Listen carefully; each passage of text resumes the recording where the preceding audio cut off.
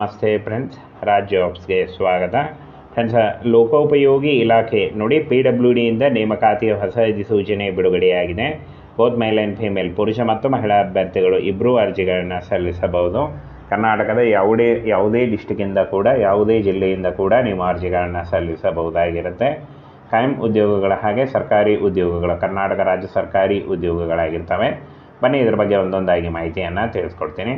ಯೋಗಿ ಇಲಾಖೆಯಲ್ಲಿ PWD ಇಲಾಖೆಯಲ್ಲಿ ಖಾಲಿ ಇರತಕ್ಕಂಥ 8,895 ಹುದ್ದೆಗಳಿಗೆ ಹೊಸ ನೇಮಕಾತಿ ಆಗಿರುತ್ತೆ. SSLC, PUC ಹಾಗೂ ಡಿಗ್ರಿ ಆದಂಥ ಬೋತ್ ಮೇಲ್ ಆ್ಯಂಡ್ ಫೀಮೇಲ್ ಕೇಳಿದ್ದಾರೆ ನೋಡಿ.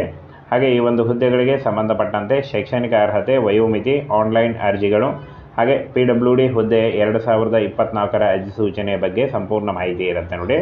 ಇನ್ನು ಫ್ರೆಂಡ್ಸ್, ಕ್ಲರ್ಕ್, ಜೂನಿಯರ್ ಇಂಜಿನಿಯರ್ ಮತ್ತು ಸಹಾಯಕ ಹಾಗೂ computer operator, case worker, helper, security guard, driver ಉದ್ಯೋಗಗಳಾಗಿರ್ತಾವೆ ನೋಡಿ. ಈ ಒಂದು ಹುದ್ದೆಗಳಾಗಿರ್ತವೆ ನೋಡಿ. ಇಷ್ಟೊಂದು ಹುದ್ದೆಗಳಿದ್ದಾವೆ.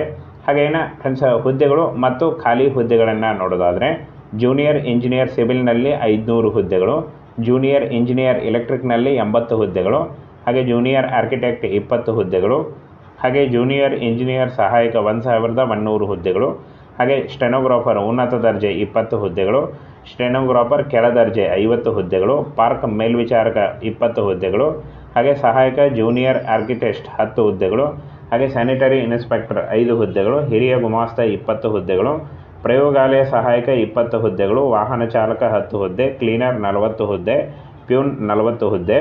ಹಾಗೇನ ಫ್ರೆಂಡ್ಸ್ ನೋಡಿ, ಇಷ್ಟೊಂದು ಹುದ್ದೆಗಳಿದ್ದಾವೆ. ಈ ಒಂದು ಹುದ್ದೆಗಳಿದ್ದಾವೆ ಫ್ರೆಂಡ್ಸ್. ಇನ್ನು ಈ ಒಂದು ಹುದ್ದೆಗಳಿಗೆ ಅರ್ಜಿ ಸಲ್ಲಿಸುವಂಥ ಅಭ್ಯರ್ಥಿಗಳು ಇಲ್ಲಿ ನೋಡಿ, ಗ್ರೂಪ್ ಬಿ, ಗ್ರೂಪ್ ಸಿ ಪೋಸ್ಟ್ಗಳಾಗಿರ್ತಾವೆ ನೋಡಿ. PWD ಹುದ್ದೆಗಳಿಗೆ ಸಂಬಂಧಪಟ್ಟಂತೆ ಗ್ರೂಪ್ ಬಿ ಮತ್ತು ಗ್ರೂಪ್ ಸಿ ಉದ್ಯೋಗಗಳಾಗಿರ್ತವೆ.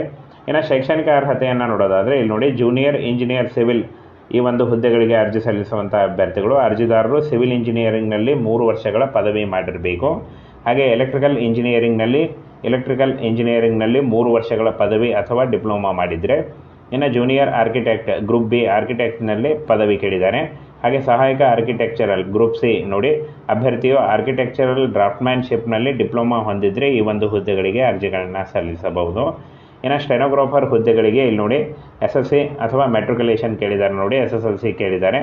ಹಾಗೆ ಕನಿಷ್ಠ ಒಂದು ಟೈಪಿಂಗ್ ವೇಗ ಬೇಕಾಗುತ್ತೆ. Stenographer lower grade group B SSLC ಕೇಳಿದ್ದಾರೆ ನೋಡಿ. ಹಾಗೆ ಕನಿಷ್ಠ ಒಂದು ಟೈಪಿಂಗ್ ವೇಗ ಅಂತ ಕೇಳಿದ್ದಾರೆ. ಹಾಗೆ ಗಾರ್ಡನ್ ಇನ್ಸ್ಪೆಕ್ಟರ್ ನೋಡಿ, ಗಾರ್ಡನ್ ಇನ್ಸ್ಪೆಕ್ಟರ್ ಕೃಷಿ ಅಥವಾ ತೋಟಗಾರಿಕೆಯಲ್ಲಿ ಯಾವುದೇ ಪದವಿ ಅಂತ ಕೇಳಿದ್ದಾರೆ.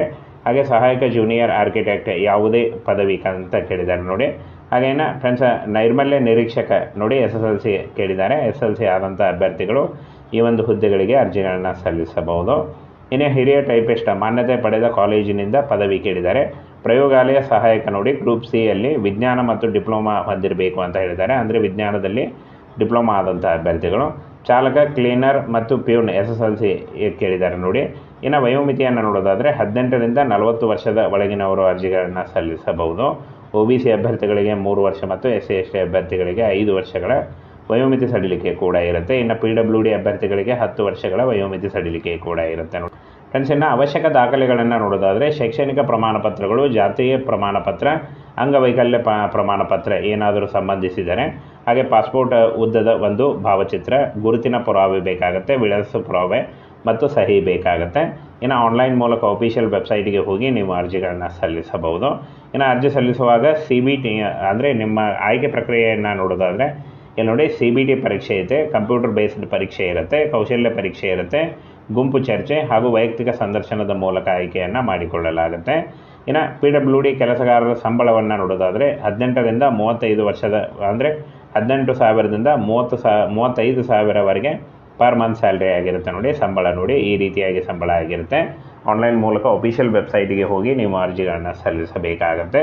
ಆದರೆ ಈ ಒಂದು ಹುದ್ದೆಗಳು ಇನ್ನೂ ಶುರುವಾಗಿಲ್ಲ ಫ್ರೆಂಡ್ಸ್.